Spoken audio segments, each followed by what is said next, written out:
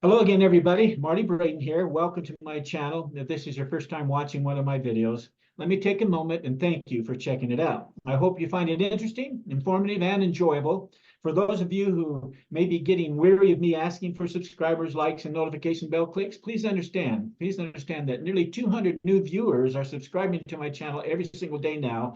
And so I feel really obligated and excited to thank you for stopping in and checking my channel out. It helps grow the channel very much, so it's a big difference. Thank you so much. Okay, that said, today's video is going to be a bit more serious than previous videos because my special guest, once again, is Chief David Midegah. David and I are going to have a heart-to-heart conversation, like the description said.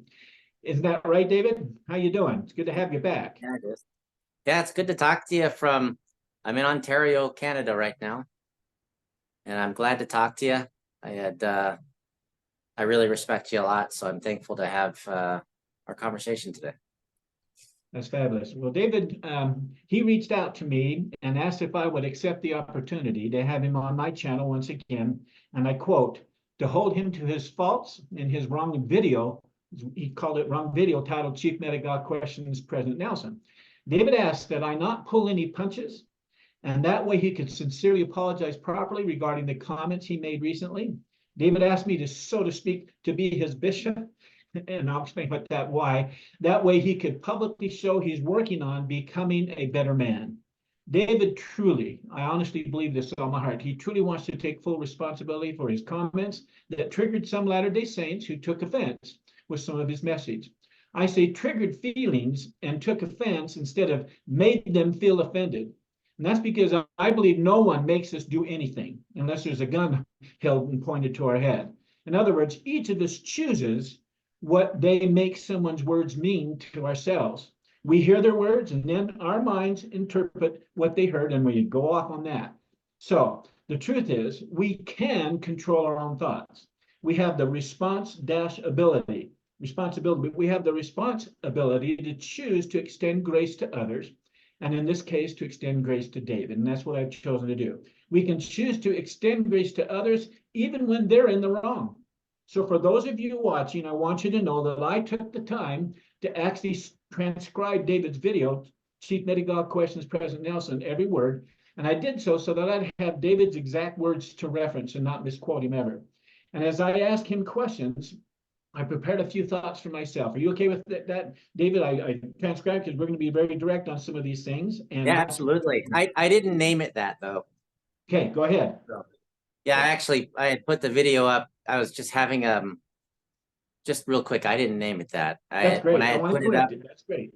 I had kind of an overwhelming nervous system reaction, and I had to leave the house and go on a walk because I couldn't calm down. Yeah. And it's just from a PTSI issue. And while I was walking, I just recorded. Yeah. It came out and mixed tons of things that didn't mix together. And we'll talk about the words, but that didn't go together in the wrong way. And then before it even had, it was like 30 something views. I got called immediately and said, you can do this better. And by people in the church and people in the Midday, traditional elders, and said, you can do better than this. And so I took it down, but somebody else made a copy. Maybe someone put it back. Hey, up. Good. Hey, whatever. I did it. Yeah. I did it. And then they put it up and they named it. Well, I'm going to share, David, a few of my own comments as we go along that I've written down when and if they fit the discussion. They include my initial impressions of David's comments on this and other videos and what I made them mean to me at that very beginning moment. So with that table set now, David, I want to tell you what I felt as I listened to you, and then we can go into it, okay? That'll be okay? I want to those watching this right now to know that although David's words stung me at my first listening, I felt the impression come to me almost immediately that I needed to extend David grace and just withhold judgment for now, even though there were many comments David made that set me aback a little bit. In fact, I admit that I felt a sense of disappointment in you, David, for a minute. But as I said, as I continued to listen to the video to the very end, I had the strong impression come to me telling me to extend grace. The voice in my head said, Marty, You haven't walked in this man's shoes, nor do you know and understand him like I do. You are not his judge, so give him grace. And so that's what I did. So now, before we get into it, David, I would like to make a comment and share, just say that this is going to be kind of an open thing. I've got some listed questions down. I may shorten it, I may expand it, and that's okay. But I wanted you to help in this setting of the table. If there's anything you want to make a comment here before we jump into it, let's do it now. Well, I mean, I just want to say I had a phenomenal last 2 days. I came to Ontario getting ready to go meet with elders from the Anishinaabe and Algonquin. And I took 2 days to, because I am finding a home base in North America. And I kind of made a commitment to my elders that I'd be closer to what we're trying to do. And it was the stake and the ward in Sudbury, Ontario, that extended like a shocking amount of kindness and love to me and welcomed me into their homes, and members of the stake council and the stake president himself and the bishop today sat at the computer and transferred my record in and said, "You're with me now." And so I'm a member in Sudbury, and they helped me get lodging for when I, come here for the periods of time I'm not traveling or I'm not with my children in Germany, which will be about once a month. But it was a lot of love. And today, and it was really good today in church. I just want to share this, that the stake president had somebody talk, and they gave their entire talk on the power of the priesthood in their own language. And they had an interpreter next to them. And people were dressed in, Additionally, like, Canada's a pretty diverse place. Yeah. But they actually had everybody wearing their traditional clothing. And I was so shocked by this. And it impacted me greatly for the stake president to come to me himself and tell me that I had a home there, and that his wife told me that you dress sharp. And someone made a comment. They said, how are we ever gonna? And they were talking, the Anishinaabe and Algonquin are just outside the doors. This is where they're at. How can we welcome them here if we don't show them that they're welcome here? Yeah. And it was the most love. And I just wanted to share that it was shockingly amazing. And I found a family here and the support structure here as I work to try to, work towards the temple recommend. Yeah. Work to get back where I need to be. But it took me having to face the mirror of my own struggle in some areas. Yeah. Well, I appreciate you helping with this end of the table, because that's kind of where you're at right now. We're going to go back a little bit, but just want the listeners viewers to keep that in mind, what David just said. It's right above the Great Lakes area right there between the two basic groups that you're talking about. And so you're going to be perfectly planted right there. And that's wonderful. I'm glad you've had that experience. So with that said, I want to, and you, if I go down a path, you can cut me off. I'm not in control of this, David, but I'm trying to be a moderator and discuss this. But it's going to be some touchy things, and it's great. It's okay. We'll go through it. Let's start with the tone of your comments made in what you yourself called, in the little text, you called it the wrong video, not the name that I gave it. I mean, I should have grabbed it right off itself. It was a little 28-minute video where you began with, "If the shoe fits, wear it." I think I understand the reason for this comment, but the tone behind it was off-putting initially to me, David. By my wife in my earlier years, though, she often would tell me, "Now, honey, your message is correct." Who's speaking to my kids and how I handle with my kids, "but your delivery comes across as confrontational and contentious, dear." So they miss your message entirely because they're feeling that. And so I understand. I've had that in my own growing up in my marriage and my kids. I'm learning. But you appeared to a little bit of attacking and accusatory spirit about you, for example, to Rod Meldrum. You want to say anything about that? Yeah, I did. I had it's not an excuse. It's just the way it is. That's what we're here to talk about. Yeah. There's a point of every human being has the ability to manage a certain amount of stress. And people don't know what's going on in my personal life or professional life, or what it's like to open your inbox and to have it like locked because it's full. And when you go through, how many do you read before you just can't understand it? And so there was an emotional reaction that was going on. There was contention brought towards me. Yep, And I sure should was. have known better than to return contention with contention. And because and then to say something, to comment like, if the shoe fits, wear it. But when you're saying it with that level of like frustration that's now turning into anger, Yeah. the way it's coming across is, you're all wearing it. And I have I'm learning that people care to listen to what I'm saying. I didn't know people would care as much as they do. I just was talking about what I was doing, which was we were working with the Jewish rabbis to confirm that we share a history. Well, you're definitely under a microscope now. You're getting out there. And we were going to go international and try to pull indigenous groups back to Israel. But then I realized, like, and I didn't know, because when I did that video, it was before I went and like experienced what I did in Utah.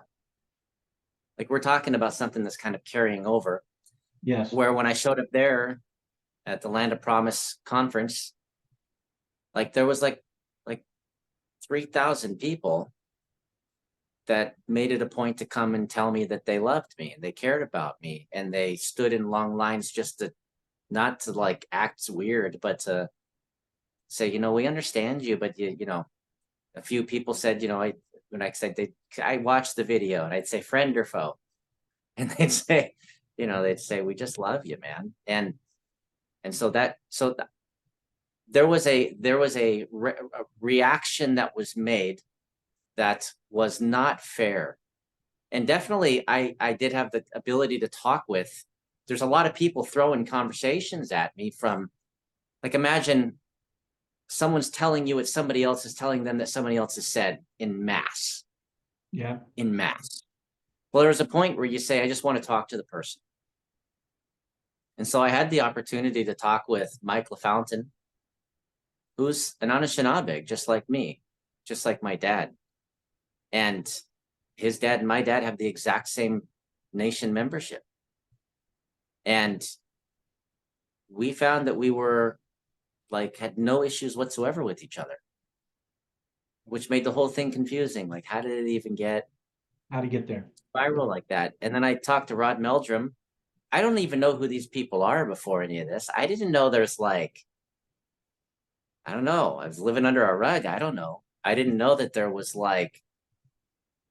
groups that are like gangs about the reality of the Book of Mormon and where it was located, which I don't think is necessary to prove its truthfulness at all.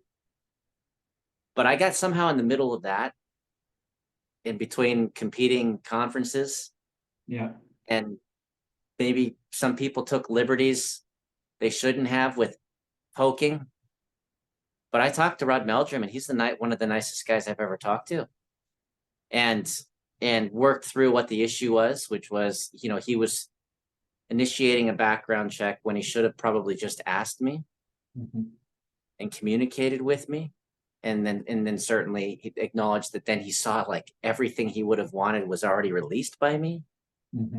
And people took words to another level. Other people did. And so we had a great deal of unity in that. I think Rod Meldrum's a great guy, and he explained things I didn't understand. What their point is with the boat. They did find a boat that's from across from somewhere else. And I think that's pretty fascinating. It's pretty fascinating. And well, I'm glad you had that conversation with these people. Yeah, it's nice. But again, I have to, it's like when I was in the Marine Corps and I became a senior NCO. 24/7, you have to be aware that you're responsible for perception, because it can become a reality. Yes.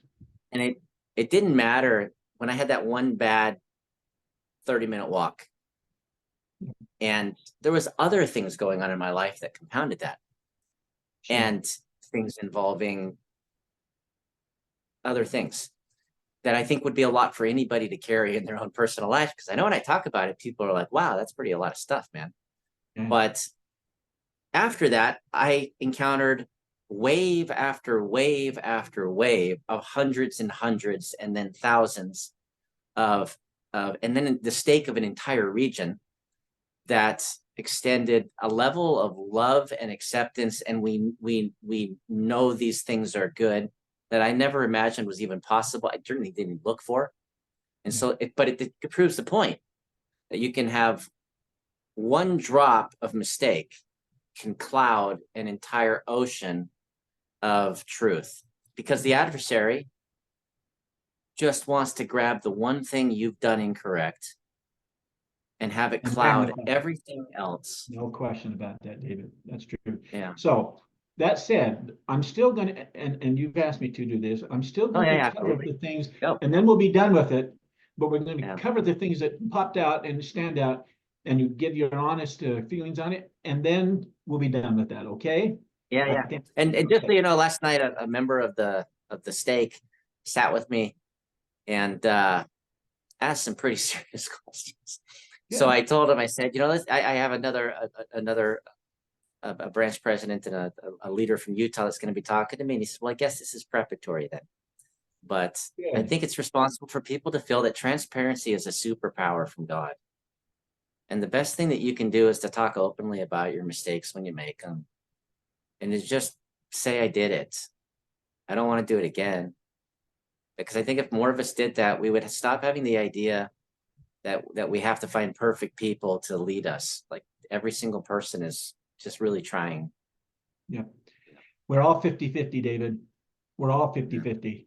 And we're not on our best all the time. So you said, these are some of the things we're going to cover now. You said you Gentiles are adopting people into my tribe, which of course is the tribe of Israel. My forefathers coming from Hebrew descent. But like I said, there was a tone, and I understand what you're saying, but I just want you to know, I know you know that, I'm a Gentile adopted in. I'm not of Hebrew descent. I'm spiritually from the tribe of Ephraim. I know that in my patriarchal blessing, but I understand where you're coming from. But some folks probably took offense that you kind of self-aggrandizing your tribe against someone else. And I know that's not, but I'm sure there's somebody maybe felt that. Any thought on that? Yeah, I actually had somebody talk to me about that. And they were a Jewish rabbi, and yeah, it was wrong. It's not really fair, because if we just talk truth, after the flood, and there was only one flood, there was only one family that remained. Right. So everybody who exists today in the world are from the tribe of Noah. Every one of us. So it's not fair. So when we talk about like joining Israel, that's just being brought into a covenant, like an agreement with a group that is now extended to everybody. That's right. But everybody is equally one family. And we all have the same grandfather. And so, it kind of goes against a lot of ways I believe, which is I believe that every person, it's just a sound.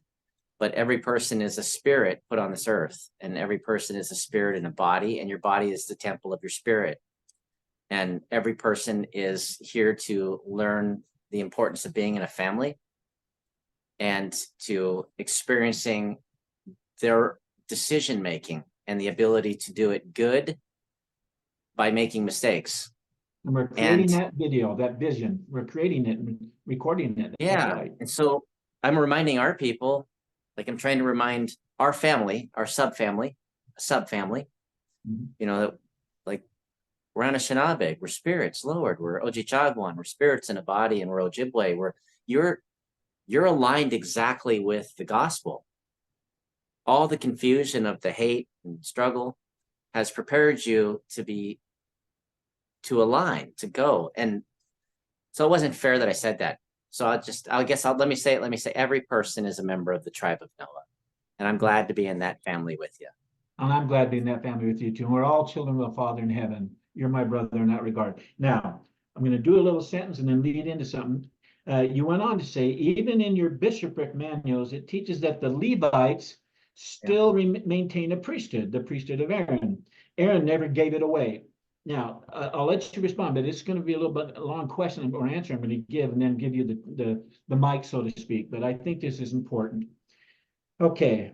In other words, you appear to be saying, as I took it, doesn't mean I was right, what I made it mean, that your elders' lodge authority is actively used today as is on the same level of the church's Melchizedek priesthood authority. Am I understanding that correctly? No, we don't have the Melchizedek priesthood. Okay, let me read this. It's going to be a little bit longer for you watching, but I think this is so important because I think this is where a lot of this quote misunderstanding and judgment has come in. And I just wanted to be clear where I'm coming from.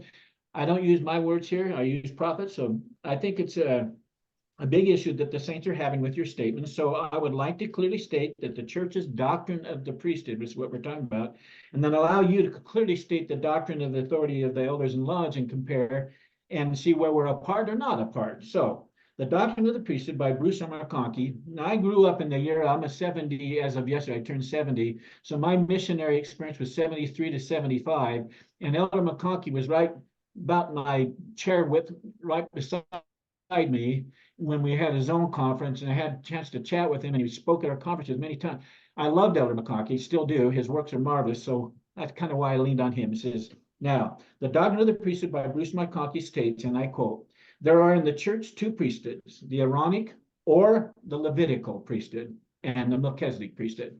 The Aaronic or Levitical priesthood is a preparatory priesthood, a schooling priesthood, a lesser priesthood, as well as a divine system that prepares men to receive the Melchizedek priesthood. Anyone can look in the title of the talk, which I'll give you in a moment, and look this talk up and read the entire talk for further light. It's a fabulous talk. And Elder McConkie reviews the priesthood order and its operations and its promised blessings for those who remain true to their calling in their priesthood. The Levitical priesthood is just another name for the Aaronic priesthood. He says, speaking messianically of the Lord Jesus, King David said, the Lord has sworn and will not repent. Thou art a priest forever after the order of Melchizedek. And the Apostle Paul, after quoting this Masonic word, this eternal oath sworn by God himself, said that Christ was called of God and high priest after the order of Melchizedek. Then Melchizedek, to whom Abraham paid tithes, Paul said, for this Melchizedek was ordained a priest after the order of the Son of God, which order was without father, without mother, without descent, having neither beginning of days nor end of life. But anciently, the Aaronic priesthood was limited to the Levites. It came because of father and mother. It was conferred only upon the worthy male descendants of Levi. But the Melchizedek priesthood was to be conferred upon any male person of any lineage who was worthy to receive it. Quite a difference. And here's the important parts I want to share. And so Paul continued, and all those who are ordained unto this higher priesthood are made like unto the Son of God, abiding a priest continually. Hebrews 7:3. Christ is the prototype. He is the Son. He is the heir of the Father. But we, as joint heirs, inherently equally with him, because we are also abide priests forever. Now, from Elder McConkie goes on to say the doctrine of the priesthood, it's a fantastic read, so read that. But Elder Packard, I want to get to where it says, okay, down here it says, first, the Aaronic priesthood is sometimes called the lesser priesthood. Why it is called the lesser priesthood? It's because it is an appendage to the greater or the Melchizedek priesthood and has power in administering outward ordinances. This means that the higher priesthood, the Melchizedek priesthood, always presides over the Aaronic or the lesser priesthood. And Aaron was the high priest or the presiding priest of the Aaronic priesthood back then, but Moses presided over Aaron because Moses had the Melchizedek priesthood. There's more I can read, about 5 pages. I'll just summarize it real quick. And that is, Christ came, the great peacemaker came in ancient America. He ordained 12 apostles. 3 wanted to remain on earth until his next coming. They were giving priesthood power. And Nephi, third Nephi was that third Nephi in the Book of Mormon. He received the Melchizedek priesthood, but they and the 12 ordained lesser priesthood priests. They said they went out and ordained priests to go and preach and do things. But before Christ, it was the law of Moses, and Aaron's priests and Levites didn't perform the sacrament ceremony sort of thing like our priests and deacons do today. As they do the sacrament, does the temple ordinances and all these things that last for eternity. And there is a difference. I don't know what your brethren that are called and the lodge and the priesthood they have, Maybe. if it was lesser or greater or have, I'm just going to speak that I just don't know that. But I do know this, that there's a quote, and I won't find it here, but there's a quote that said, the prophet is the living prophet on the earth today for the entire globe of humankind, and he holds the keys, and the only man that holds all the keys to exercise them.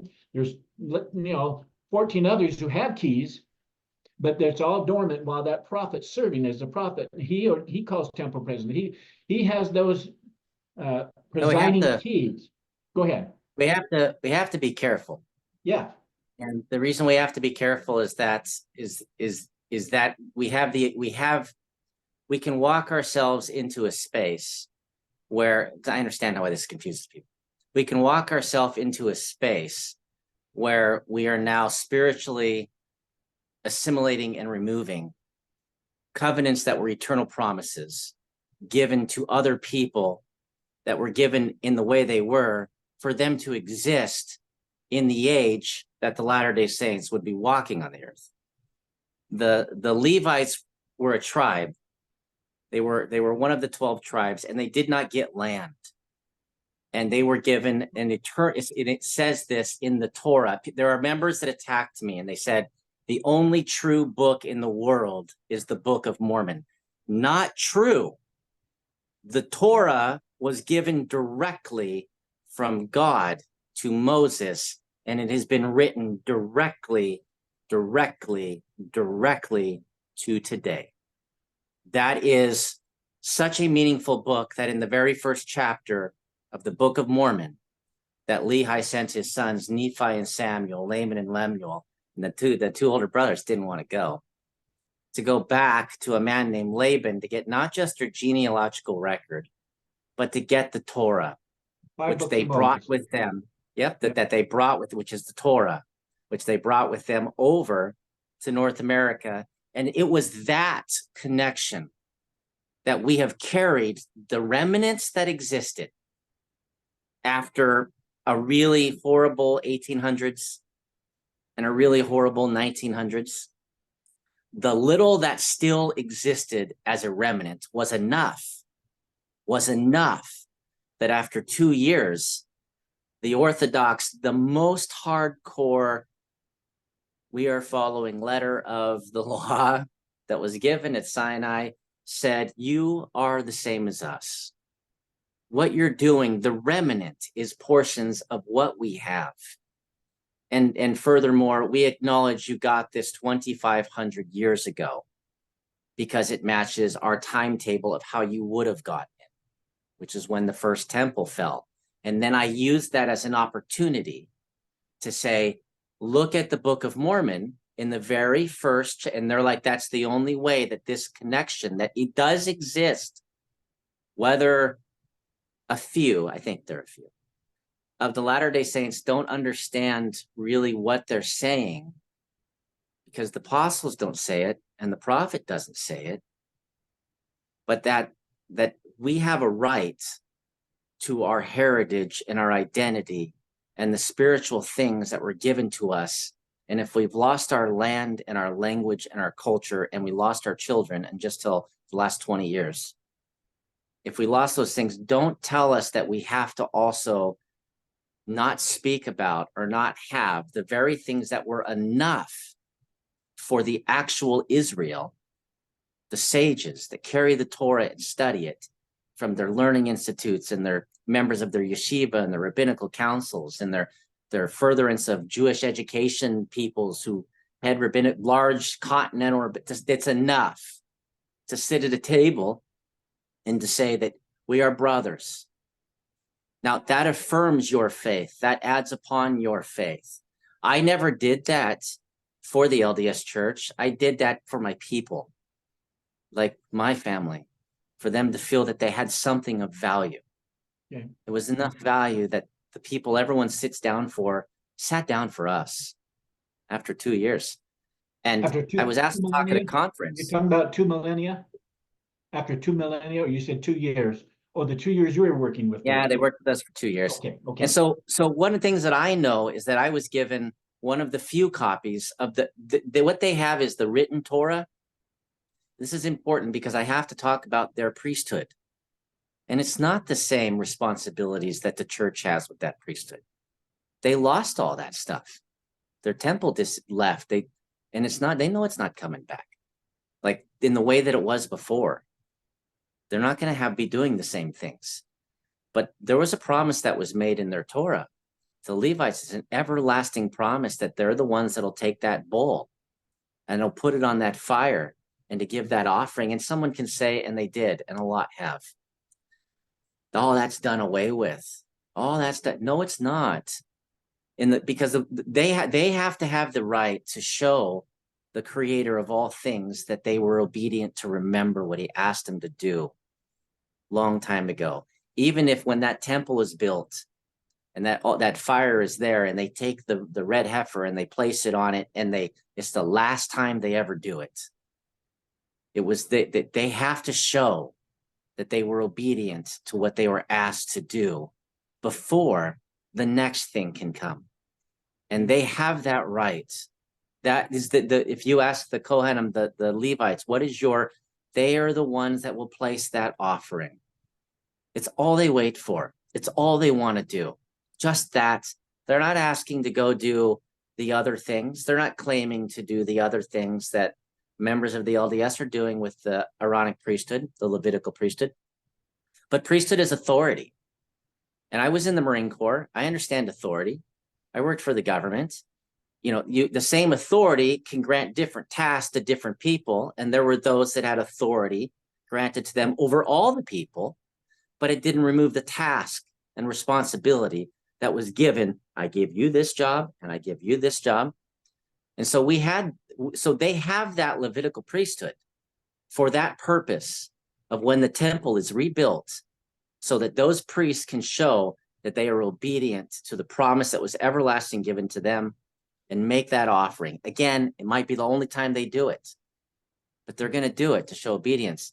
Now, they came to us 2,500 years ago, and it was a boy, young man who was taught by elders, and he brought a symbol. It was a symbol of Melchizedek. It's that 8-pointed star. But we didn't get those things. We don't have those things. We don't do those things that the members in the church do. We have a purification lodge that helps us remember that we were supposed to be born from the womb with a family to help us. So you're saying it's a different role of authority that was different responsibility given for certain things, and over the 2 millennia changes and remnants have ended up things change. Like for us, it was initially that was given when they came and they gave us a symbol, which was 2 stars of David overlapping. You even draw it with 2 sticks in all directions, bound as one. It makes 2 stars of David. Yeah. That we had to teach our people in a lodge where the men would be on one side and the women on the other, and he was showing us what the Creator's lodge was like. It's not the actual lodge. Apparently, they had a memory. Rooms. Yeah. Yeah, and there was 4 rooms, and these were chapters of the first man and woman. And so we go in, and the men are on one side, the women on the other, and the elder tells the story of the first mother and father, and then interactions with them, with humanity, their children, songs. And in the end, you understand that that the first father named himself too, and that you have the same right as him, the same relationship as him with God. And so everybody calls themselves Mideh or Midu. I am kindness, and I'm supposed to be dealing kindly with not just human beings, but the plant, every creation that's in the sky and in the earth and in the water. That's a responsibility to have the humility to lower yourself below all them, because mankind came last. And the world doesn't need you, but you need the world to do what your job was to do, which is to bring heaven here, to bring creation. The Creator needs to come here. And so this was brought to us. Now that dwindled and diminished, because it always does, because the face of brotherhood and greed is the same face, and it turns quick. That by the time the great peacemaker, and we call him the great peacemaker because the name Jesus is contentious for a lot of our people. Not his fault. But when you say great peacemaker, they know that person. Well, that is the person. The Israel calls him Yeshua. He was never called Jesus in his time. They call him Yeshua. we call him, the great peacemaker. The Italians call him Iusus, and I was talking with people like that. I don't think it really matters. Noah, they call him Noach. The Israelites call him Noach in Hebrew. The people of the road call him Noah. We call him Nusha. I don't think the sound matters. It changed all the languages. But the great peacemaker came to us also. And he told us how we were supposed to live the good way. And I know these things dwindle away, but there's always a remnant that persists. There's like a little remnant that persists. And we can't just say that we have to just throw it away, or like we're told, because in the 1820s, Joseph Smith was called to do something sacred. I just asked the question, and I've said it a couple times. Consider why he was asked to do something sacred. The Creator Jesus had to keep his promise. He knew. Go ahead, finish up. He knew. I'll just real quick. He knew we were going. The remnant was probably going to almost disappear. He knew we were going into absolute genocide, and to ensure that we remembered who we are, he safeguarded a history. He kept a promise, so that today we have something to take back to our peoples who do enough things that Israel says, "You're Israel enough to be with us." We still do enough things to confirm that the book's not fake. So if the book's not fake, then I can take the book back to our people and say, let's remember who we are in a good way, not wiping things away. So they do have the Levitical priesthood to do what the promise was given in the Torah, which was to make that offering. And we do have the ability or the authority to pass generation to generation the things that were taught to us. We don't claim to do the same. And in this regard, I'm talking as an Ogima and an Oshkabewist. We don't claim what you are doing. We don't claim that, because to do that would be to seeking or coveting an ordination given to somebody else. And that'd be a violation of the fourth law, the fourth grandfather law, which we call honesty. It's not your right to do that. That's also the fourth law of Noah. Property. So that's good. That's a good point. I'm going to jump right in. Right, what you just said. I'm going to say in the so John the Baptist was definitely from the tribe of Levi and was a Levitical priest.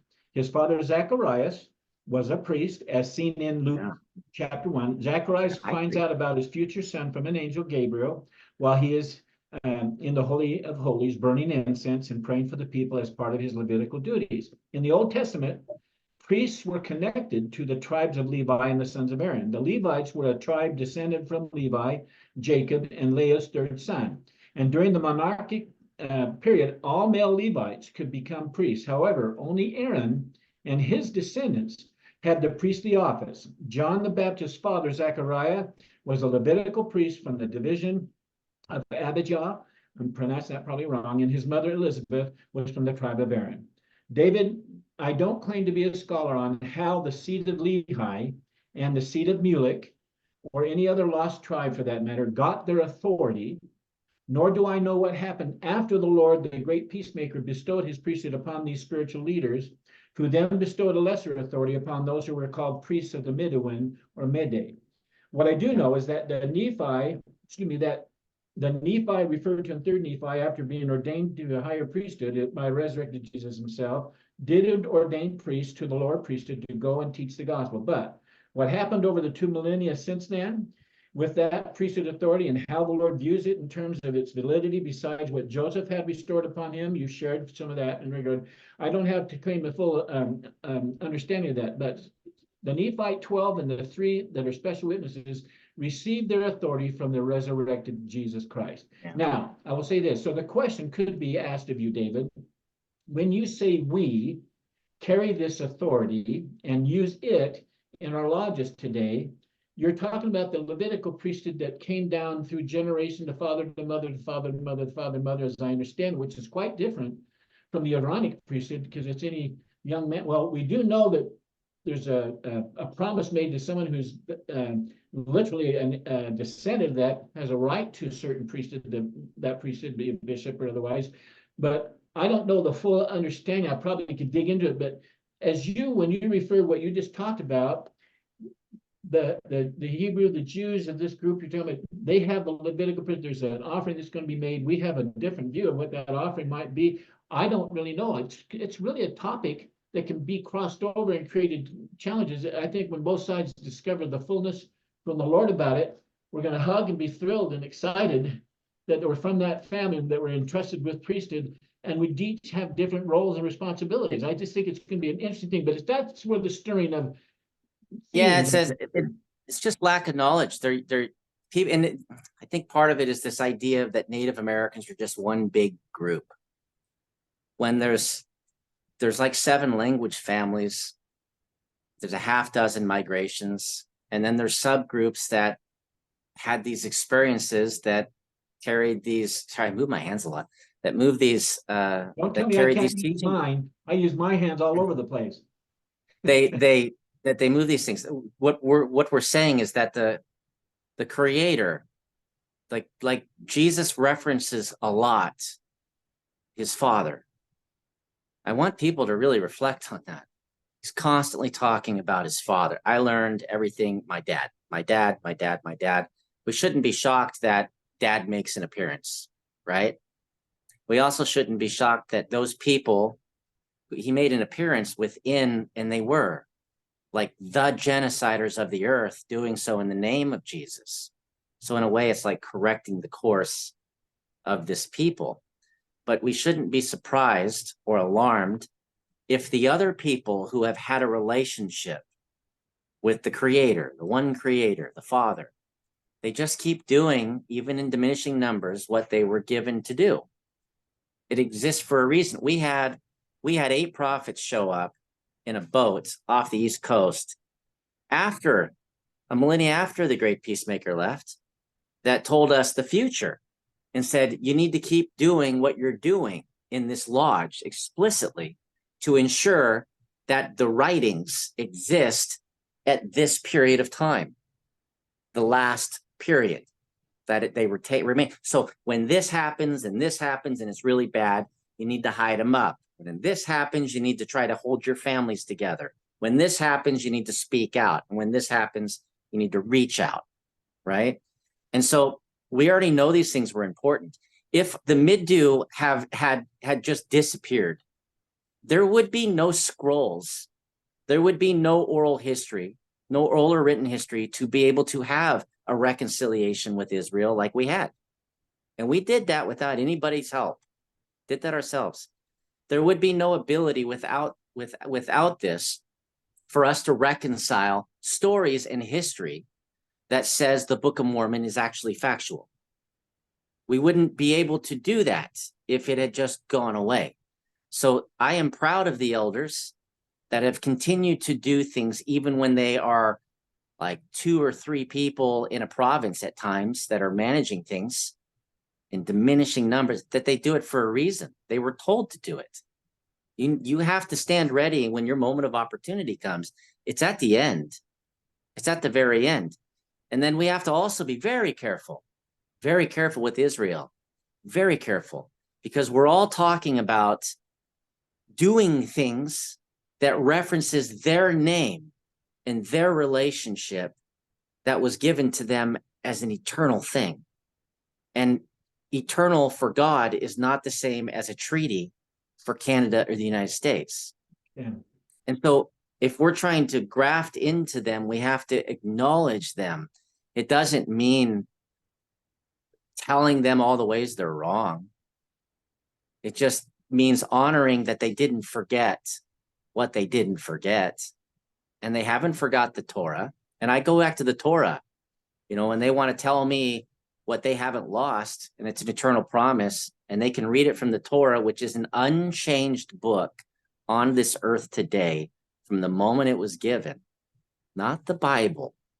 Yeah, let me jump in here, David, on this, because this is if they say we're going to lean our pole, our stick, we know we're the stick of discipline, and we're going to lean it against your stick of humility, and we are like the most humbled people that exists. Okay, and we're going to lean that in, and they're willing to acknowledge what the LDS have and lean the stick in. It's really difficult when the arrows came to basically just destroy the whole thing. I mean, I had a rabbi who was on the Rabbinical Council of North America tell me, from what I'm reading about what they're writing about you, David, that's what he said, David. Are we Jew enough to be Jew? Like, are they Israel enough to be Israel? Do we need to go ask permission to be Israel at this point based on how we're seeing you treated? All this stuff was spiraling around, really, because I love these people. And they're opening their doors internationally for us to go and find indigenous tribes that share the same things as us. Maybe it's one drop of water. Maybe they got a whole lake of, this is symbolic of information. Yeah. Maybe they got a whole lake. But if we find one drop, we can lead them back to the family. And they're opening the doors to help us do that. 5,000 global rabbis. All we ask when the church showed up here, hey, cool, you guys want to help out too? Instead, I got told it's not your job. It's not Israel's job. We are Israel, and it's our job. And go sit down and see a missionary and get baptized. I am baptized. This is important. This is the one of the stirred up the dust and contention that a little bit. Yeah. When you said you Mormons, as in you Mormons carry the Book of Mormon, but forget the layman, Nephi, Sam, the Torah. So I wanted you to know this, that Malachi, Malachi, the last prophet in the Old Testament, was about a 400 to 500 year apostasy span of time. It's like it was a black void. No, there was still life going on all the way up, because John the Baptist was a worthy Levitical priest. He was a priesthood holder, a lesser priest. He said, for your shoelace, I'm not worthy to even lace up, because he was lesser than the God of the universe, but he's the Melchizedek, the priesthood after the order of Son of God. He knew that, but it went through that period of time. Now, the scribes, the Pharisees, the Sanhedrin, those folks who had priesthood, Levitical, whatever, you said it diminished, remnants made through that time of apostasy. We're talking a sense of apostasy and completely wipe out. That only was completely restored by Joseph, or was, I read scriptures, and I mentioned it before, I read talks about this and histories that talk about prophecies of the tribes bringing their records of their prophets, bringing what they've had recorded. Yeah. Well, the Bible, we still believe to be the word of God as far as it's translated correctly, is what the prophet Joseph Smith listed there. And he even did some more refined translating. It comes from the Torah. But yeah. The Bible is so valuable, important. But the 5 books of Moses, we have the pearl of great price, but the Torah is about that story and those things that are so foundational, because the temple itself is all about the beginning, the father and mother, and we see ourselves as being such, and what our journey is here, and how do we get back to our Father. Well, here's the fact of the matter is apostasy. We're talking about that. What does it really mean? And did it still have remnants here that we thought were all gone away as Latter-day Saints? I believe, quite frankly, David, and this is just, and then you can share your point of view on it, but I believe that we're going to get so much wonderful things, and we even told about new testimonies of Christ being the third witness. By Elder Maxwell said that's coming, and it's going to be something that we have to reject. How can we pick and choose as Latter-day Saints? No, I don't want to believe that scripture, and I'll accept that.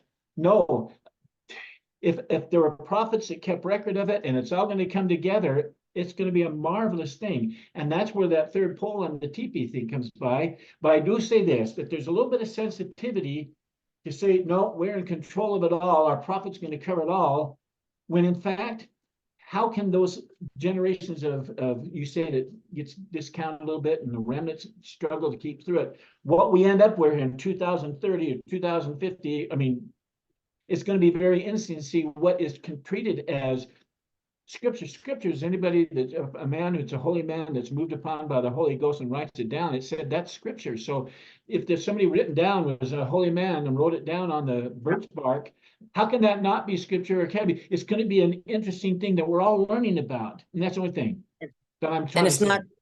And it's not strange. The Torah was written on lambskin and rewritten on lambskin because that was what they had where they lived to utilize for writing on. And I've seen the oldest Torah that exists right now, and it's transcribed on lambskin, and it's the one that's transcribed all the way back. It's in New York City, and because people forget Israel, they weren't actually back in They weren't back there until the 1940s. But, you know, they were taken all over the world, and they kept following their Torah, and they kept following their mitzvahs the best of their ability. And there was a group that kept to enough that they ended up being able to go back, and they want everyone to be able to opportunity to tie back. And so you're right. Like, so for us, like what was difficult for me is I come from an LDS family. I did not use that to influence traditional elders. I sat and was taught what they do and believe and why they view the world how they do, and made an observation that that's pretty remarkably similar. Then that leads to more learning and understanding, and you see the Torah. Like, this is the Torah. These are teachings from the Torah. Well, if they love the Torah, why did they reject Christ? You know, John the Baptist. Well, there's a reason for that. Why there's a reason for that. Pardon me? There's a reason for that. And well, I want you to share. Yeah. So, and I've talked quite a bit with him about it, like absolutely about it. So there's a couple, if you're talking to most of the conversation always starts bad. You have to let people say bad things before you can correct them. Like, you have to let me blow my top and lose my mind before I can sit back and say, oh, geez, you know, I got boys. I don't want to act like that. Yeah. You know what I mean? I thought I was behind me. Hey, glad you didn't meet when I was in the Marines. So hey, maybe that behavior works in combat. I don't know. But the first thing that they'll say is, just because it's what they're used to saying. Everybody's like you. Like, you hear something from somebody else, you don't research it yourself, you just heard it from somebody you trust, and you just repeat it. So the first thing they'll say is, oh, he was a bastard son of a centurion. It's an easy thing to say. It's an easy thing to say because at the time he was born, they didn't like the Romans that were there. There was usually only one centurion and then a bunch of conscripts from all over that are grouped together. He didn't like him, and so he's probably the most unliked person in the entire nation. And so you have somebody come along that after the fact, you then just say, well, you just dehumanize him, right? So you got to get beyond that. Well, what is it really? Well, he said that he is the God. No, he didn't. He didn't. He said that everything he did and everything he taught was taught to him by his Father. He was taught. Okay? He's not telling you that he is the Father. He is taught by his dad. Read his words. What did he say that convicted him? There's nothing he said that convicted. And even I referenced the Torah. They even referenced over it. Does it say you're all gods? I said, well, then to ask me this, riddle me this. So we put that to the side. He never said ever that he was his dad. He said, I am the Son of God. Yes. There's no problem there. What are you talking about? Their problem was that. He didn't say that at all. So let's go to the next issue. Well, the next issue is that he's implying that he is a God. Well, then riddle me this. I just asked the question because I've read the Tanya. If you don't know the books, you can't talk about it. They have spiritual books where they write about the spiritual reflections of their tzaddiks. They're great teachers, the high priests that hadn't lost their mind, that were still walking with God. Okay. And when you read that, you read the same thing, that my spirit and your spirit are connected to the Creator at all times, that he is sustaining them from, I'm not giving myself life. No. I'm not sustaining my spirit moment to moment. I'm also not sustaining the matter that my spirit is within, or the energy that is within that matter, that apparently is significant enough that when you split an atom, it ended a global war. So there is not a single part of me, Midegah, or you, Elder Braden, that is not fully from the Creator. And it's sustained by there is nothing that is not the Creator, and he allows it to be how it is for us to do what it is he wants us to learn. And so I could full well say every part of me is God, and everything around me is God, because it's an extension of God. and he is sustaining it moment to moment. And there's nothing in that that would say that I am God, because I know that my consciousness has a beginning. Mine had a beginning, was when I had enough memories to keep them. I don't know, little kid, right? Little kid. But I'm sure I have a memory somewhere in there of hearing my mom's heartbeat and feeling it. I'm sure I have that memory. But that's the beginning for me in this world. I'm sure I have the memory of my spirit before I was in this body.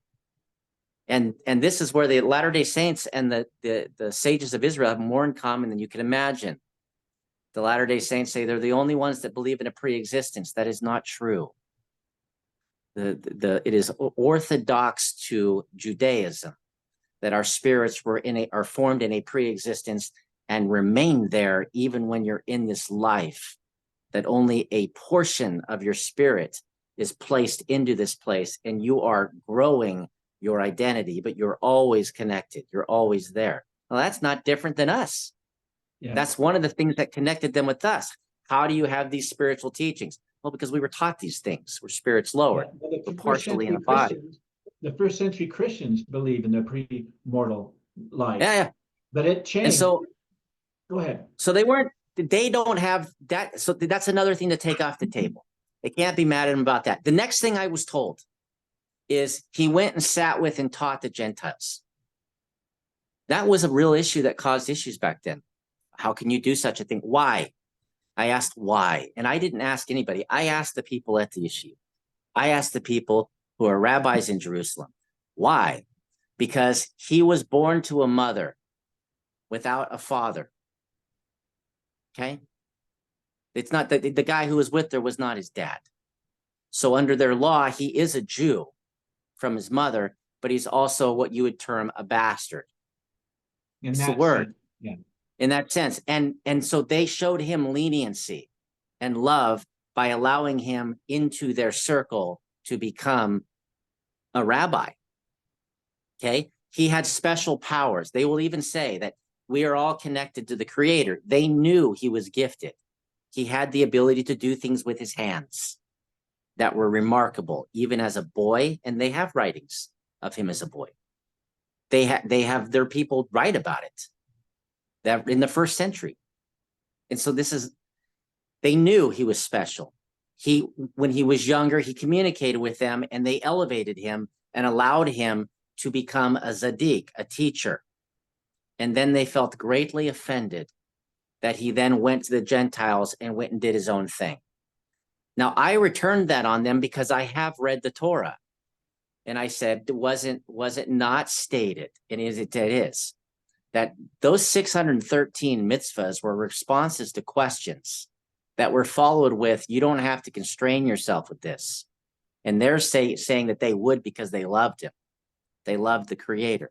Okay. And they were told that does not remove your responsibility to follow the 7 laws of Noah or to proclaim those 7 laws to the Gentiles who are the other children of Noah, who just weren't born from Jacob, the grandson of Abraham. You're supposed to go and teach. The sole job of a Jew is to teach the 7 laws of Noah to the non-Jew. That's the sole job, their sole purpose, their sole existence. If you ask them, they'll tell you that. What did Jesus teach? He went directly to the Gentiles and he said, love God with all your heart, might, mind, and soul, and you need to treat each other as if how you want to be treated. Those are the first 3 laws of Noah. The first 3. So I told him, you didn't follow through. He was leading the way, setting the example for you to follow. Setting the example for you to follow. David. And you didn't know. What you said here, if I understand you right, correct me if I'm wrong, I could be wrong. That's okay. Is they had the Torah and it's wonderful, but some of them over time, the interpretation they've given to it led to a point at the time when Christ is there that they took his life because they misinterpreted the scriptures. Yeah. They misinterpreted the Torah. And that's really what man always does, is our interpretation of it. And so I'm not discounting the Torah. I mean, the Apocrypha is something that the Lord told Joseph it's got truth in it. It's got some not so truth. You got to have discernment and the power of prophecy with you to be careful. I suspect there's some of this with this other, and I suspect the same counsel would be given about the scrolls. And I think there's lots of stuff that has incredible truth. For the average Joe like me, though, I run the risk There would be taking it as truth and misinterpreting it and getting in trouble. there would be no Bible without the Torah. That's exactly right. The Bible is a fraction of the Torah. There would be no New Testament without the Torah, because there would be no purpose for why Jesus came. According to the Torah, there's an oral portion and a written portion. The oral portion was spoken by Moses in the synagogue or the tabernacle. When they came in, and it was the higher learning, the higher teaching. It was the more detail. You had to come in to get the greater detail, and they wouldn't let you in until they knew they could trust you. Like you had to be like initiated. And but the written Torah, it was stated as it was given in the actual Torah, not this stuff that you see in the Bible, but that it was written before the world was formed. It was what was going to happen was foreordained before it ever happened. And so if people don't understand the importance of the Torah, then they certainly cannot understand the importance of why Lehi went back to get it as a Jew, knowing that everything that made them a Jew and understanding of the world was in that Torah when God rested and spoke with men. And so if we go from the beginning and we say, well, the Torah is just like a part of a pot, you didn't do that, but that's a secondary and it's not this, and everything builds upon the other. If you remove the foundation, you remove everything else after it. Everything. The question is, why is what the Midewiwin do so similar to Israel? Why? Right? Why? The same roots. Answered. It's answered by the first chapter of the Book of Mormon.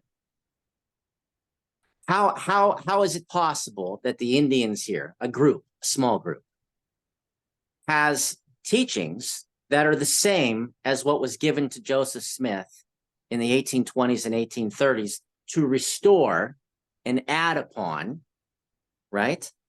And yet those same things, a lesser degree, but very similar, enough that even the signs and tokens are done in the lodge. Years before that they had it. Yeah, that's the point you made. Years. 1640s, the Jesuits were at Sault Ste. Marie going, what the heck? What the heck? This is the Bible. You will replace the Bible with your... No, they just weren't even reading the Torah. So everything builds upon the other. Without the Torah, there wouldn't have been a reference for Lehi to put. I told my boys to go, or Nephi to put, that his dad told him to go get it, which would then lay a foundation for why it would even, a remnant of it or teachings of it would even be in North America, right? For then 2,000 years later, those Indians, not even working with the LDS, are just working with the rabbis and find out, by golly, we believe and do the same things. How is this possible? Well, we had visitors. We had visitors come. Yeah. And these visitors came about 2,500 years ago. They go look at their records. They have everything documented. And they say, well, at that time, the first temple was destroyed and we did have families that disappeared. So let's look further. Tell us more of the story. Tell us more of what you did and where you went. And then they connected it until they could sit down and they could say, hey, listen, people from us came and visited you when the first temple was destroyed. At no point did we ever say, well, that's what the Mormons are saying.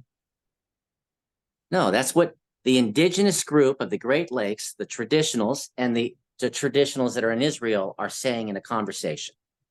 The observer is the LDS finding out after the fact. So to attack us is what I was saying is you are literally attacking the entire foundation of what you are preaching.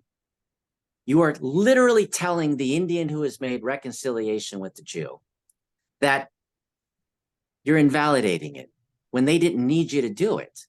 But because they did it, it validated the book you have, which is the only reason that it could even be here. There's no magic. There's no planes. You know what I mean? There's no. So what was the first story the Algonquin elder chose to share? Their oldest story was how the first tribe came into North America. And you know what he said? They came from across the water. They came after they tried to make a mountain and touch the Creator. and their language was changed, and they followed the deer back to where they were before the flood. Well, right there, you've just validated the Jaredites. You've also validated that we were here before the flood. Adam and Eve were on this continent. Joseph wasn't making things up. Nothing in what we're doing invalidates or takes away. But if we get told we're invalidated and to disappear, then what do you have? You know, it's interesting. That's the thing that's confusing. You use the term you and we, and that's where I can, some folks say they get off track on that, because you're Latter-day Saint, but you're also Ojibwa. You have your own tribal descent from way back many years. I don't have, well, I could say that I'm from Scotland and I'm from Europe and I'm from, but you know what I'm saying? There's something quite different about the Native Americans' history and their culture and their traditions is so rich that it's hard to separate you in our mind.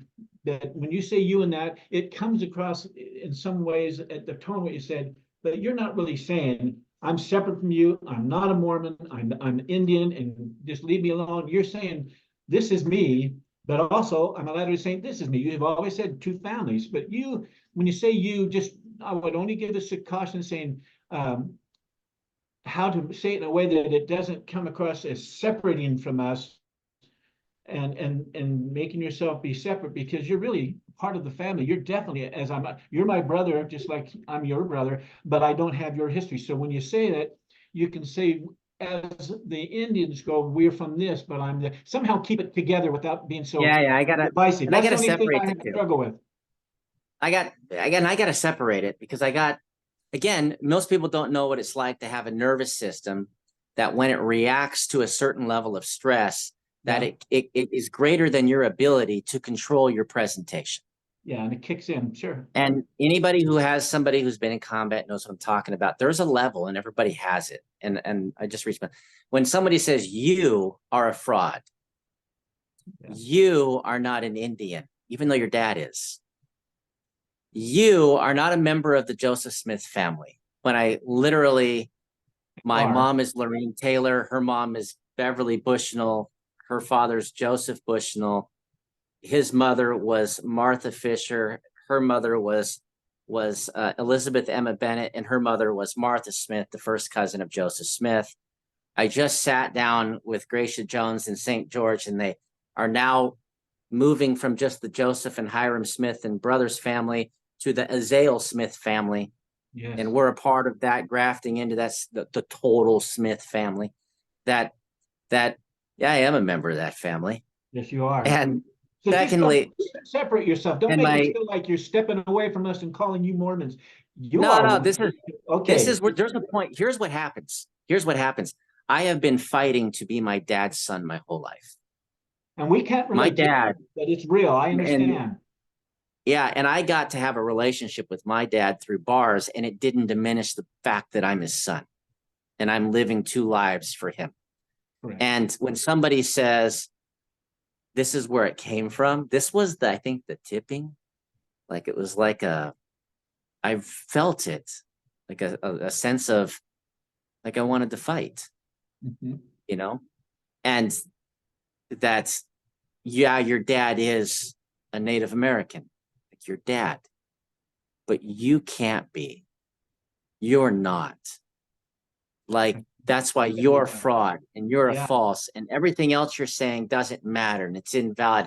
In my heart, I, in that moment, forget, like completely, that I am a spirit child equally with everybody. I forget that I'm a spirit in a body equally with everybody. I forget that there's an amazing story going on with God in the whole world over millennia. I forget that. And in that moment, I am the son of my dad. Right. And everybody is a you. And that's not fair. Can't do that. But again, I just would ask every red-blooded American, okay, and red-blooded Canadian, okay, any red and purple-blooded person in North America, I want you to stand with your son. And I want you to tell a complete stranger to come up in front of you and to tell your son that he can never and will never be the same as you, and he's not the same as you. That's And I want you to see how that child and that father would react, and then question, how would you react? It's insane. I appreciate that. It's really, so so this is the part where I said the contention was brought to me. Yeah. And then when I chose to respond, like totally wrongly, with I know better than this. I've been through the temple. I've had my endowments. I don't know what my problem is, but that I know better. You don't return contention with contention, because then the devil just pulls the popcorn out, man. He's like, I did it. I did it. And that when that happens, you can't back that away. Just have to own it and say, I screwed up. Like, I really screwed up. But this was mostly about my dad. I appreciate a lot to do with my dad. Your voice as a people was cut off for I mean, it's just the treatment as a Idaho spud. I'm from Boise, Idaho, most of my growing up years. I know a little bit about some Indian, had friends that are here and there, but I don't know the history. And so I can't speak to it like you say. And you're speaking for it. And how could I ever try to steal that opportunity for you to speak for your father as your father's son with your great traditional heritage? It's wrong. It was wrong, but I'm justifying to some degree, David, for you because of that. But there's a way to. Yeah. And I just know that your heart's right, and it just came out wrong on that day. But as far as there's so much more that could be discussed. I have a whole list of, somebody sent me an email, David, a bunch of garbage about you, and I've removed most of it. And there's some other, then I found on, I don't know if it's Nettles, I can't remember the name. There's some folks who got all the records, all your certificates, all your achievements. It's all out there. And there's probably some that say, no, you got to be careful, Brother Braden, you're in trouble on this and that. That could be maybe another video, but I just, as far as this and what I heard and what I know about you and what you've shared today, I hope it's cleared off. Your love is there for the church. Your love is there. Your understanding of the priesthood is there. You're wanting to keep your covenants and move through the process of getting your life right where you need to amongst all this work that you're doing, the message and mission you have. I just want to cheer you on. I have no judging heart towards you. There is righteous judgment, and that's for those who are critical out there. I would tell them, be careful, because you're not judging righteously here.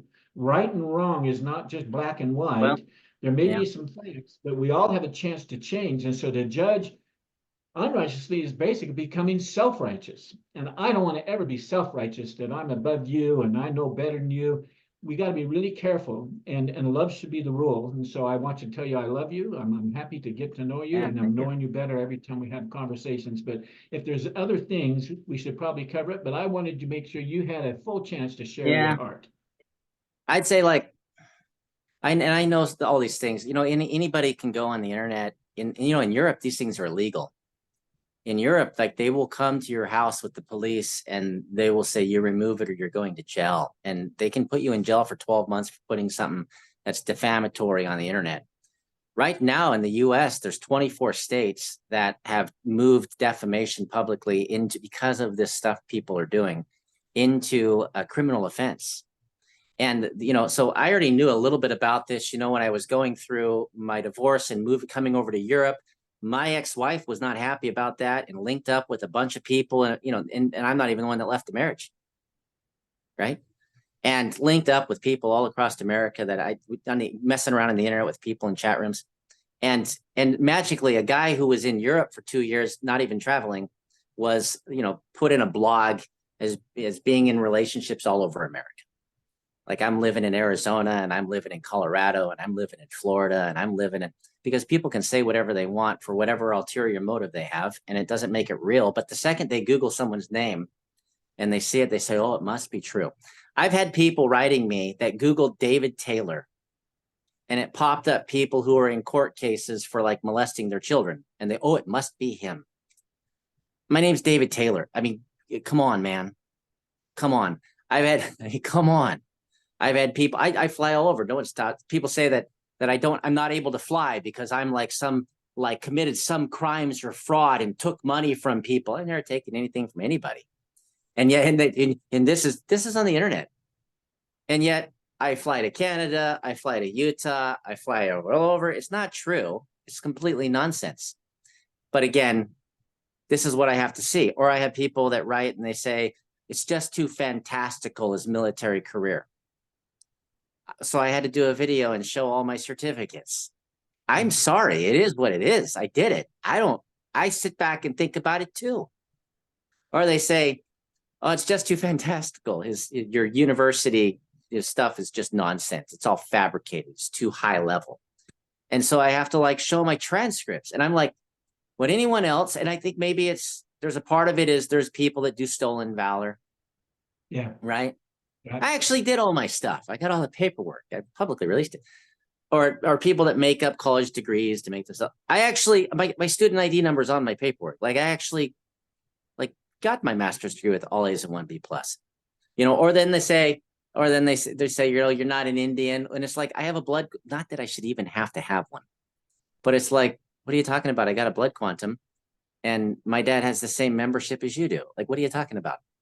So it's, and then the second question is, well, you're not an Indian. And I'm like, well, and I had an Indian ask me this and I had to ask, well, do you speak your language? Because I do. Do you practice your traditions? Do you know any of the stories? No. Well, I do. Do you know any of your lineal ancestors and the treaties you're associated with? And can you speak them verbatim like you're supposed to do? Oh, you don't. You can't. Well, I do. So you like to be called an Indian to get money from somebody else, but you don't actually know anything about your family.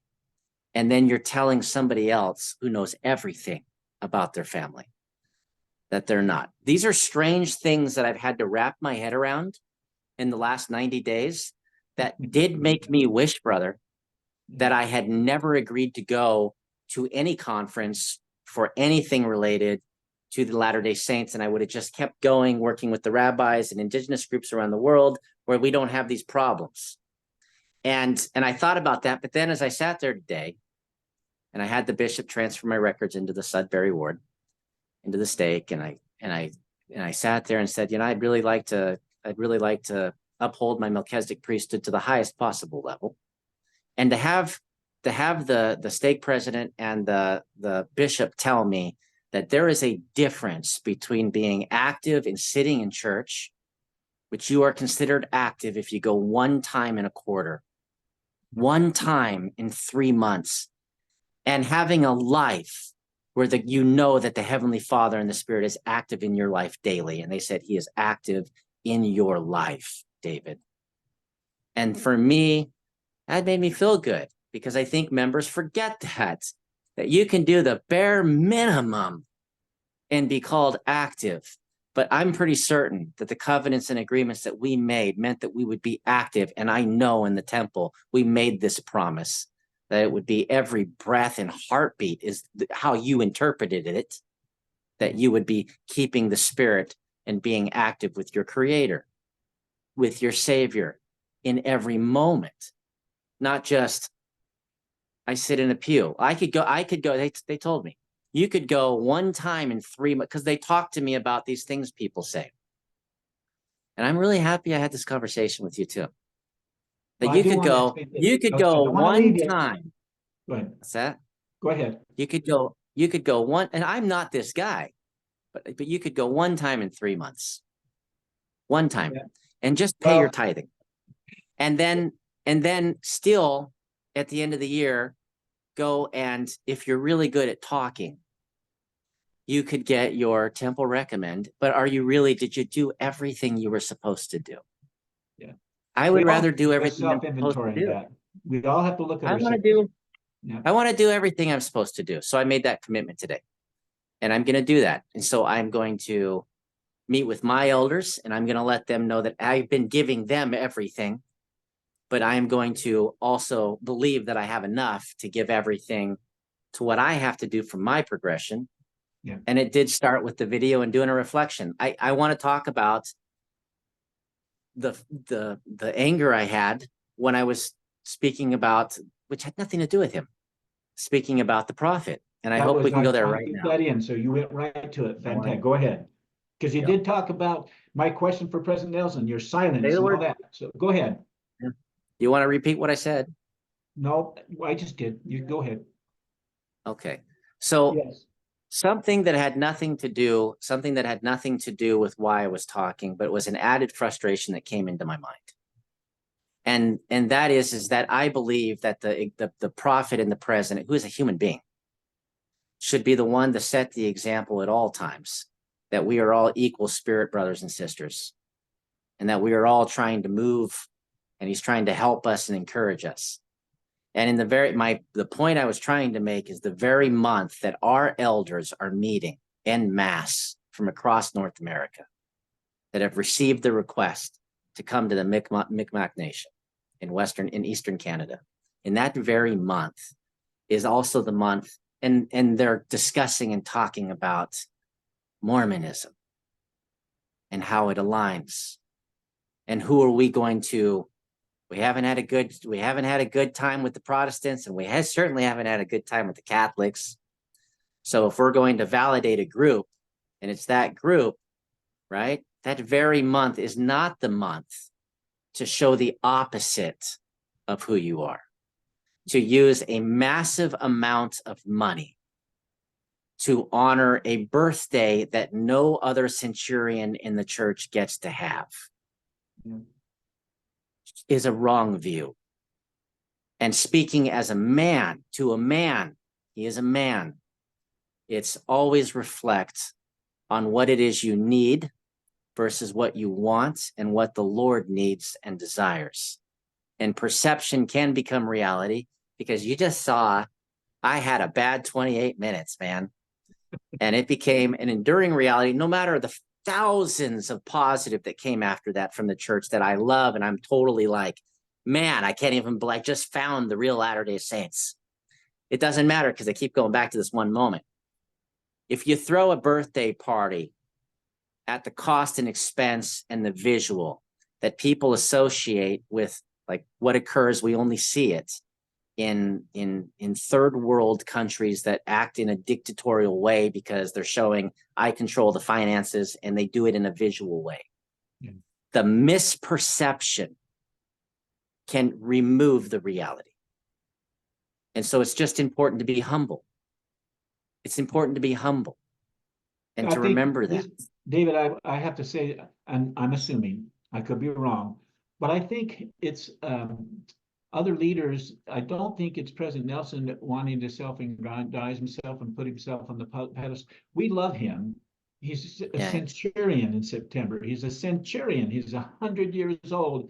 And the love we have for our prophet worldwide, many people, many millions of people outside of the United States will probably be a miracle in their lives if he travels and they get a chance to walk in a greeting line and hug him, or have him look in their eyes with a little face and say, I love you. There's so many that all on faith in the video that they see, they know the prophet, or when you read his words, they never meet him in person. And to see him and 3 or 4 family members or the leaders in the church give accolades for his accomplishment, he does, it could be viewed wrong. I understand that. But for most of us, myself, I love that I celebrate his 99th birthday, and then I celebrate his 100th birthday.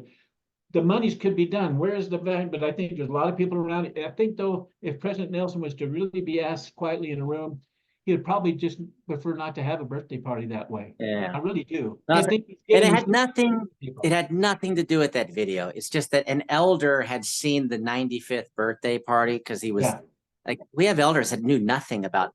I want you to know there are elders in our faith that had never talked to somebody who was LDS, had no idea about LDS or Book of Mormon, had never even heard of it. Yeah. And they Googled someone was Googling, and they saw the 95th, and they talked to me about it. And they said, what is this? And I was like, he's turning 100 in September. And they're like, you better not do that. Because for us, in our culture, it's like humility. You have like, people say, oh, you're poor. No, we just don't value accumulating things. We value sharing that. And it brought up. And so then this circled in my head. This conversation with this elder who was like, I didn't like what I saw there. And it circled around and I went and watched it, and I said, man, I don't like that either. This isn't like General Conference. This is something else. and it spun around in my head and it came out. And what I shouldn't have done, I should not have mentioned it at all. Number one. Number two, no one is above counsel. And certainly the prophet is very aware that he doesn't want perception to become reality. And he's probably certainly doesn't like people to elevate. I know what it's like when an apostle shows up in a ward and a stake. All of a sudden, everybody shows up at church. Think about that for a second. Nobody comes to, we know. All of a sudden, everybody's at church, right? I understand. Should it take a man showing up for you to fulfill a promise and a covenant you made with your Father in heaven? Yeah.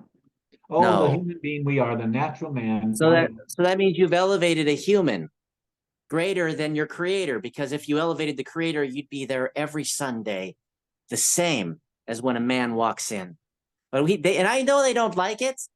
I guarantee you that it bothers them, because when I was in Utah, Brother Braden, and I had like a couple thousand people trap me in a hallway, and they were this close to me, and people know that there was a couple moments where people made me very uncomfortable, not in like a saying bad things, but in saying a looking up view. And I got out of there. I don't want to be around this crap. I'm not looking, and this is important just to clarify that I am not a part of any breakaway group. I will never be a part of any breakaway group. I don't believe that the teaching of David and Saul was given for nothing. I believe that whether you like your leader or not, I have no reason to not like the prophet. He's the prophet. I listened to the last 4 years of conferences after I had my meltdown, and he didn't say anything. He only talking to the saints. Hey, you need to be better. Hey, you need to read the Book of Mormon. Hey, you need to be better. Like, I don't know. But, just because you don't like your leader, you don't like your bishop, you don't like your elders quorum president, you don't like your Relief Society president, you don't like your stake president, you don't like your area authority, you don't like your mission president, you don't like your temple president. I've heard all these things in my life. So have you. I don't like this person. It's not about them. It's not about them. It's about being obedient to an ordination that's been given to them. The promises we made. Period. Yeah. And so you don't have to like me. I don't have to be the friend of everybody that hears me, but I am being obedient. I am to an authority that was given to me to speak for my family. And I am trying to do that the best I can, and obedient to the elders that have told me to make sure that it's not forgotten, the remnant that they carry, that we know is a remnant, because those in the West have more than those in the East, meaning that it was lost as they traveled. And I'm just doing the best I can, but I do know without a shadow of a doubt that the full picture of what we should have had when we were baptized into this earth out of the womb of our mother, and it should have been the only baptism we needed, because we should have had people there that said, this is who you are, this is where you are, this is who we are, this is where you have to get to, and we're going to help you. That the only structure that exists on the earth today, that is how that was initially in the very beginning, is the Latter-day Saint. The Latter-day Saints. It is the Church of Jesus Christ of Latter-day Saints, period. That doesn't, and I'm knowing that doesn't remove my ability to talk about the history of my tribal family. Absolutely. I'm trying to bring them in. I'm trying to restore them as the elder when he held up a 400-year-old pipe to me. And later that night in a phone call, I had another elder in Quebec said I had two brothers appear to me and tell me to take the pipe into the church, meaning our priesthood, our little, what we have remnant is going there. Yeah. Right. And I'm holding this pipe. Wow. And this guy said, you finally found the real, true Indian church. Yeah, it is.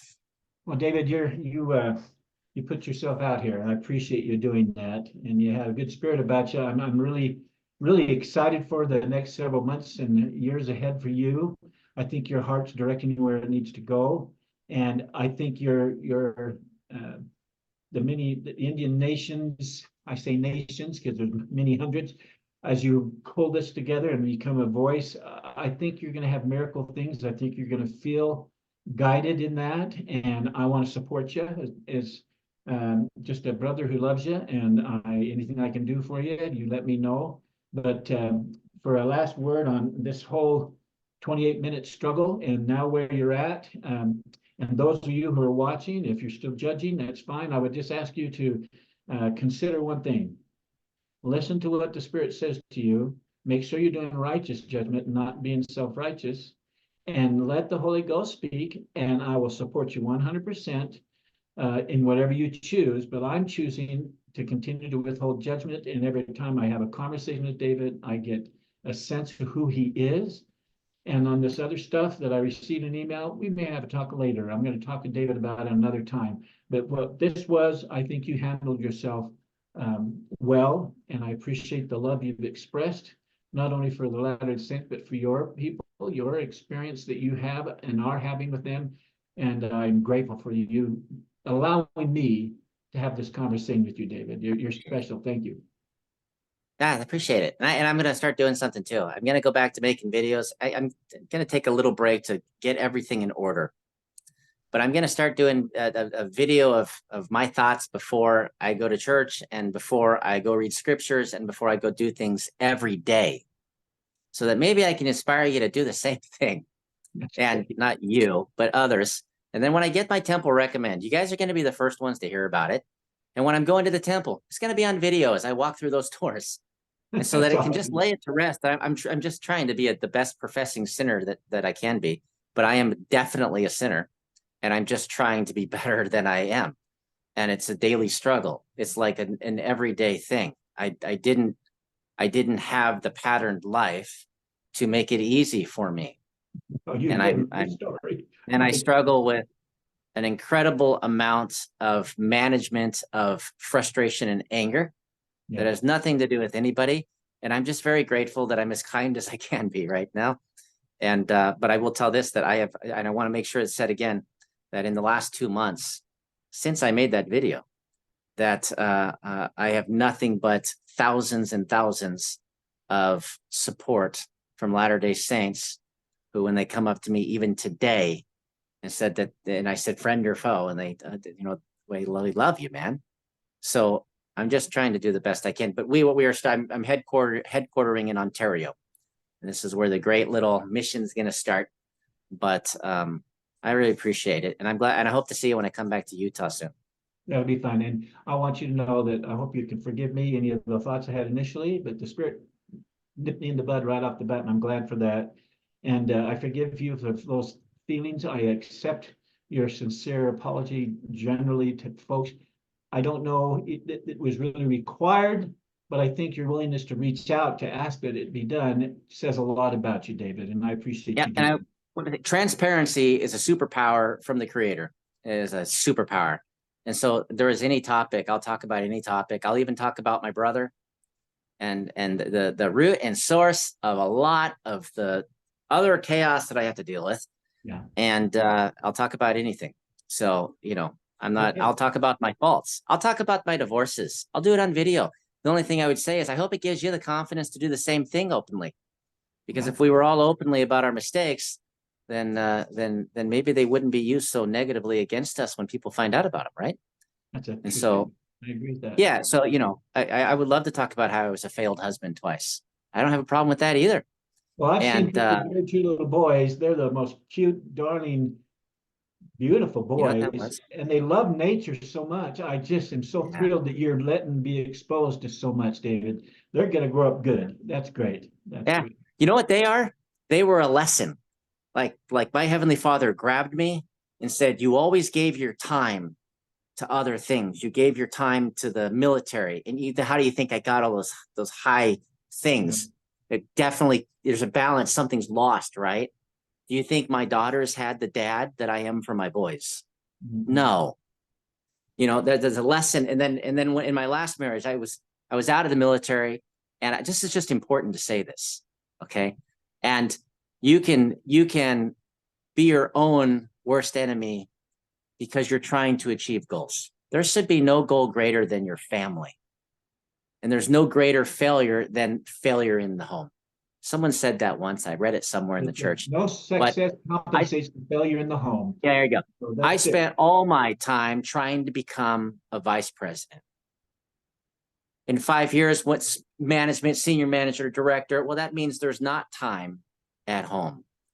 If the most important thing to me is to be in an eternal relationship and to be a father in a family, a husband in a family, then I have to be taught where I'm supposed to direct my energy and balance everything else around. And having to cross the ocean to be with my two boys, and because I was also in a verbal conversation with my oldest son, but to be with my two boys and to have them 50% of the time for the first 3 years was a great gift to me on my responsibility when I do have a family again and I am in the home, that this is the minimum expectation of me as a dad and as a father in the home. So I'm grateful for that too, because I know that I will be married in the temple again. I know that I will have more children. Yeah, I got 6, but I'm going to have more. And hey, Jacob had 12. I'm only halfway there. And I will have children who come from an unbroken family. Yeah. They will have parents. This is the greatest goal in my life. And if I stopped everything and just focused on that, I'd be happy. But I do feel that I have to have the courage to do what my Heavenly Father is asking me to do, which is to give my best to save the remnant of our people and the remnant of the history they have, which can tie to those sacred things that could help us to get rid of our drug abuse and our alcohol abuse and to heal our broken families so that we can then again be a loving people that we are not currently in the way that we could be. Mhm. That if I can be a part of that, bridging that gap. And secondarily, if I can help reconcile, because I think I am on the path helping reconcile the spiritual of Judaism with the church, and for some reason there's receptiveness now. I think your mission's a good mission, David, and I support you in it. But I want to be a husband one day. Yeah, yeah. Well, this has been very enlightening for me, and I think, like I said, it was a heart to heart, and I hope you felt that. Those of you who have been watching, I appreciate you taking the time to do so. Until next time, I want to wish you all continued success. Goodbye.